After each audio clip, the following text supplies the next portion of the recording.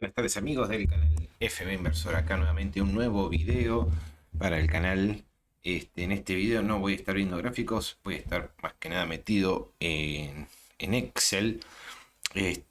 Bueno, hablando un poco sobre la situación argentina con todo esto de las restricciones, ¿no? En el dólar contado con liquidación y qué está pasando, o mejor dicho, que está analizando el presente para tomar decisiones en la cartera.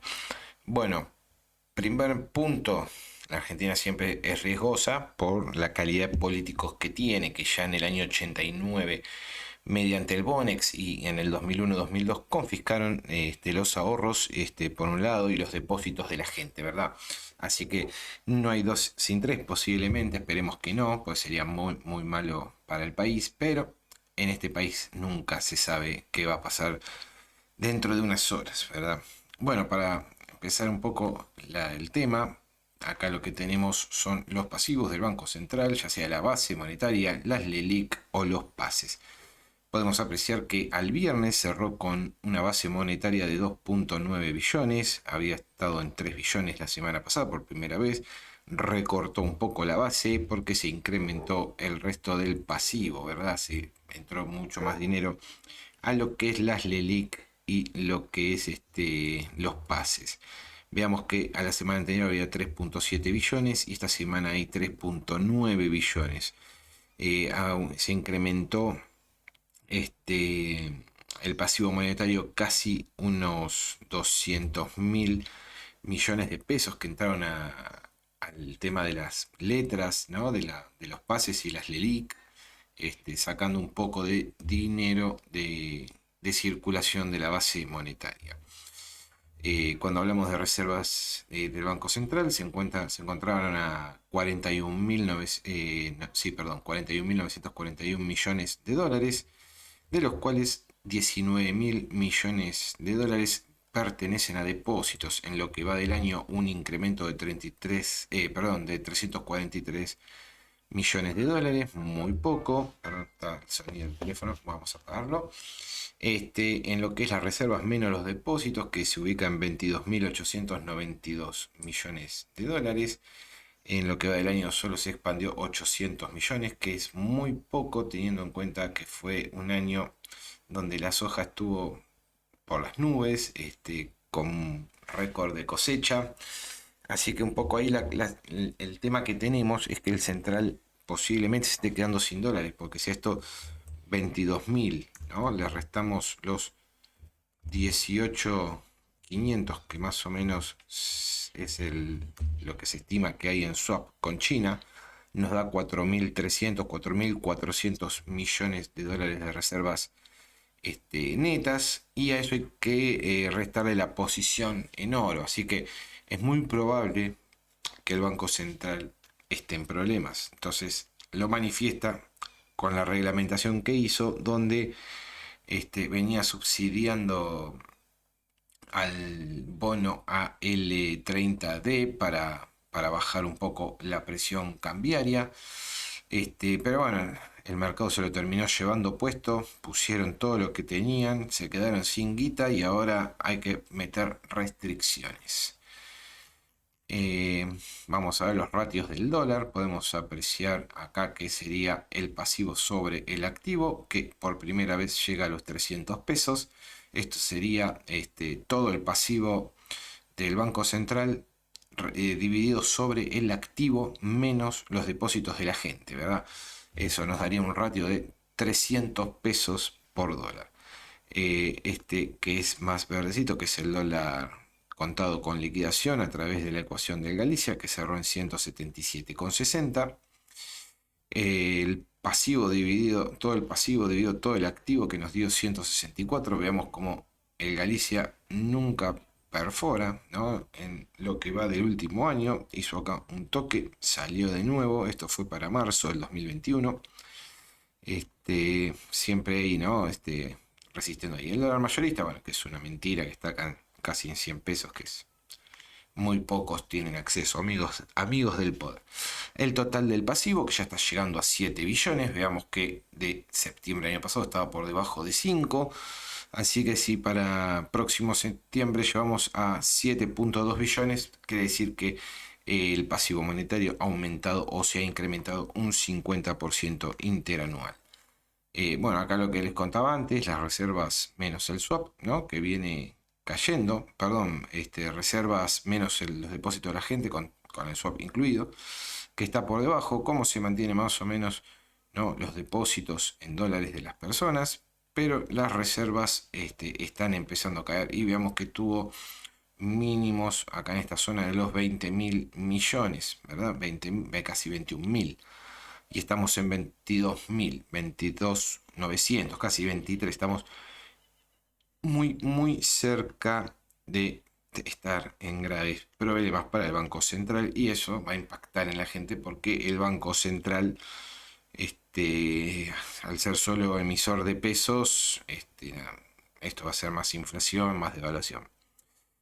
Bueno, acá, esto lo que tengo acá es el pánico monetario, por así llamarlo, del año pasado, cuando el dólar blue, el dólar CCL tocaron máximos, que están acá en el punto cero, y ahora podemos ver cómo se está abaratando el dólar a lo que fue el cierre de la jornada pasada.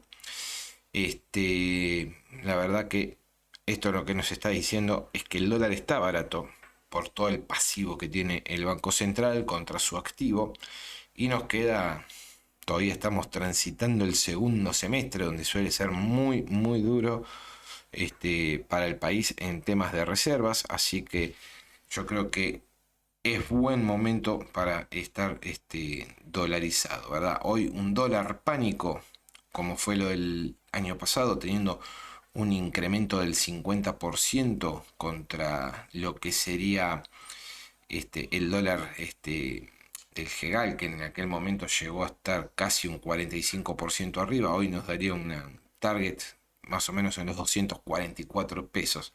Pero esos targets también son relativamente no son tan precisos porque al entrar y salir dinero, al entrar pesos, ¿verdad? Para tomar dólares, bueno, se hace más grande todavía lo que es la brecha, ¿no? Entre lo que es pasivo y activo.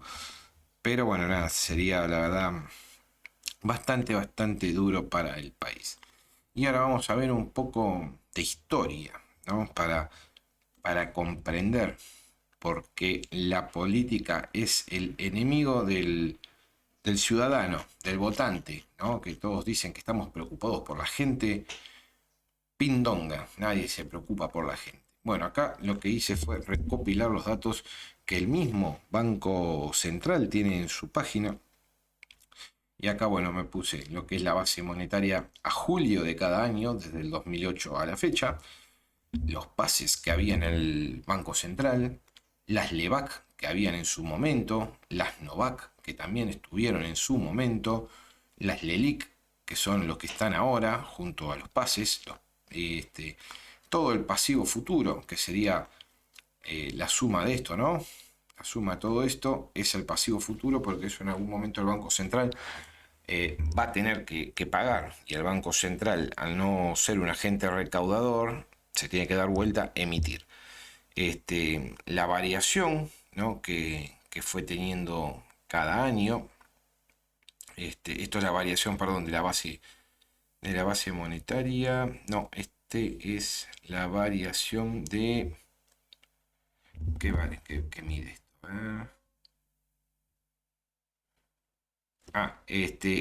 ¿Cuánto de la base monetaria tiene el pasivo futuro? Perdón, lo hice ayer a la noche, ya me había olvidado. Y le puse solo variación. Esto es lo que expandiría la base monetaria, el pasivo que tiene escondido. El precio del dólar al informe, a la fecha del informe de julio de cada año.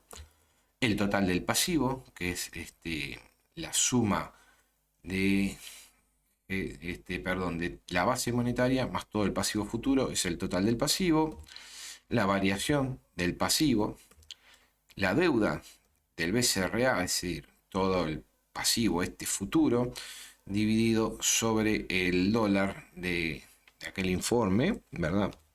Las reservas que estaban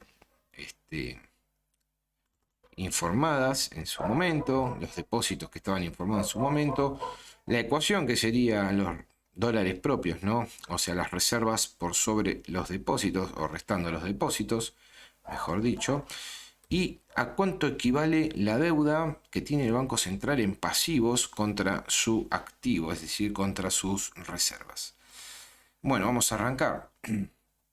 El pasivo futuro hace tan solo 13 años no llega a 500.000 millones de pesos. Vamos a ver acá que el pasivo era de 60.000 millones de pesos y hoy está casi en 4 billones. Es decir, que tuvo un incremento cercano al, vamos a hacer números grandes acá, de 50.000 de 60 a 4 millones, más o menos 600.000 sería un 1000%.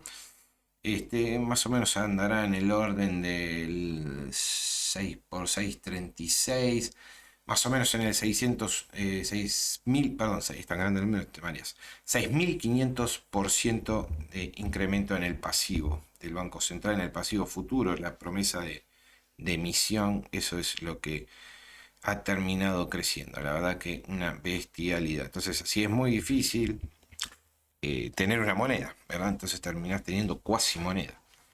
Más allá de que también haya habido un tema con la pandemia, ¿verdad? Que haya todos los gobiernos salieron a emitir, pero bueno, la Argentina viene en una franca senda a partir de lo que es 2014 a 2015, que empieza cada vez a emitir más. Acá tenemos el periodo de Macri, donde muchos dicen, pero Macri no emitió. Acá tenés el Macri no emitió. Bueno, Albertito en su primer año de gestión. También tomemos que este 2020 es 2019, la mitad de 2019 y hasta julio del 2020. O sea, tenés solo 3 meses de la pandemia. Y esto es desde final de pandemia, perdón, de mitad de año del 2020 a hoy, que también un incremento bestial. La variación del dólar por cada año en términos porcentuales, ¿no? En el 2009 contra el 2008 aumentó un 26%, acá menos del 10%, pero veamos cómo generalmente cada año tiene un aumento mayor, una devaluación mayor al 10%. Y si tomamos la variación del dólar, nos da un promedio de 33%. Entonces vamos a poner acá promedio dólar 33%. Para más o menos tener una idea de dónde estamos, ¿verdad? Seleccionar datos, vamos a agregar datos, venimos acá en la tabla, promedio del dólar, pintamos todo esto, no, este no, desde acá, sí, perfecto. Bueno, veamos cómo del promedio, ya sea desde el 2000, mitad de año 2018, 2019, 2020 y este año siempre por encima del promedio. 4 años consecutivos devaluando la moneda por arriba del 33%, con picos que tuvimos acá en el 60%, en el 68% y en el 63%, o sea, por arriba del 20%. Digamos que esos años donde el dólar trepó un 60% fue 2020, 2018, 2016 y en el 2014 que fue un 50%. Todos años pares. 2022, ¿qué será? Par o impar. ¿De qué lado estás? Bueno, la variación del pasivo y el dólar mayorista. Bueno, esta es la variación, ¿no? Siempre veamos cómo acá el dólar, variación de, perdón, el dólar, acá las columnas, las líneas estas, es el pasivo. Veamos que acá el pasivo había sido negativo, o sea que no se incrementó, sino que se contrajo la moneda en el 2019. Y así todo, el dólar salta un 26%, para el 2010 un 3%, un 5%, un 10%, un 20%, y acá ya arranca, ¿no?, la etapa nefasta.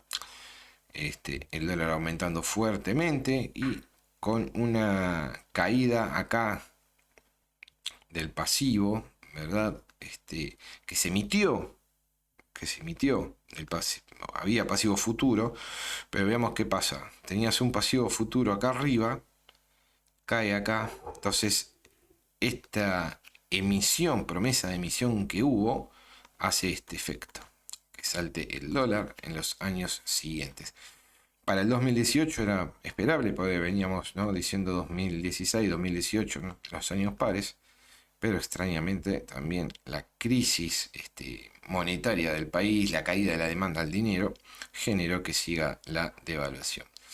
Para el 2020 similar, con una economía cerrada, porque estuvimos en pandemia gran parte, ¿no?, de estas dos barras. Y así todo siguió cayendo la demanda de dinero, porque la gente al estar guardada en la casa, no tener tantos gastos, capaz, no me gusta decir innecesario, porque cada cual gasta el dinero en lo que quiere, pero gastos de, no sé, de salidas, de cenar afuera, de ir a jugar a la pelota, una canchita, al pádel, de reuniones familiares, de juntada y todo eso.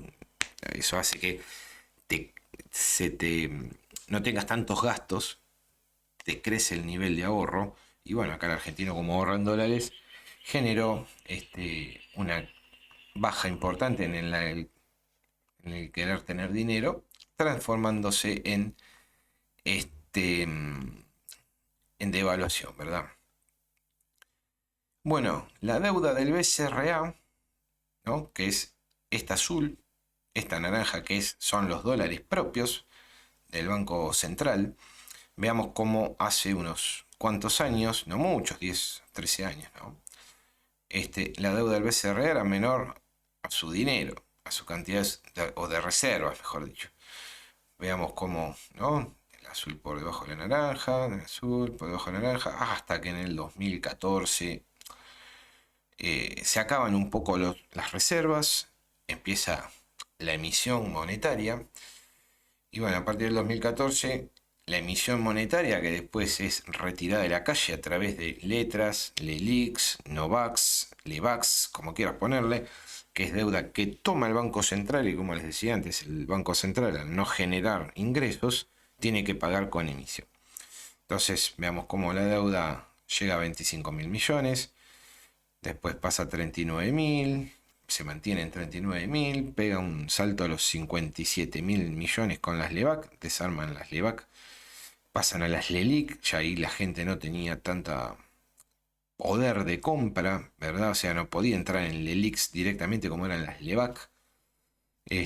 Veamos cómo se bajan, ¿no?, los dólares propios contra, ¿no?, los dólares propios que están acá abajo contra la deuda. Se achica la deuda, pero se agrandan los dólares propios, todos gracias al amigo FMI, que inyectó guita, que nos prestó plata para poder limpiar todo esto, ¿no? Porque acá, cuando digan que hay fuga de capitales, el responsable del Banco Central, claramente, ¿no? No, creo que esto ya traspasa las banderas de la política y de la ideología. En el 2019 lo mismo, más siguieron achicando la deuda, más que nada se achicó la deuda porque se mantuvo posiblemente, no, lo que es el pasivo, y lo que al tener devaluación, ¿verdad? Vamos a ver, en el 2019 veamos que aumenta un 20% el pasivo futuro, pasa de 1 billón a 1.2 billones, ¿no? Estamos hablando de un incremento cercano al 20%, pero la variación del dólar fue del 54%. Entonces, ¿qué hacen? A través de la devaluación también se licúa la deuda, ¿verdad? ¿Cuántas veces han escuchado la palabra licuación? Bueno, el 2020 nuevamente el BCRA empezó a tomar, empieza a tomar crédito, ¿no? Empieza a aspirar dinero, y lo empiezan a mantener, se empieza a mantener, cada tanto sale, entonces genera un poco de devaluación, y hoy lo tenía el año pasado, perdón, con 24.000 millones propios.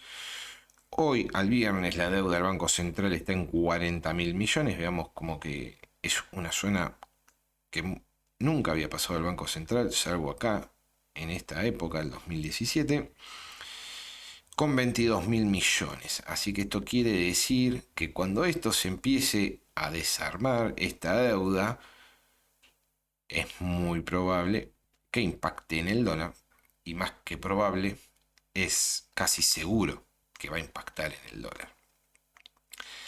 Bueno, este gráfico la verdad no lo recuerdo. Vamos a cambiar el formato, si me trae la leyenda de qué es. Como les dije, esto lo preparé ayer a la noche. Bueno, la deuda de las reservas, el incremento de la deuda, ¿no? Medido en reservas, cómo aumentó, ¿no? Hasta un 300% en la era de Macri, el que supuestamente nunca emitió, el que supuestamente, nada, fue presidente nefasto, sinceramente.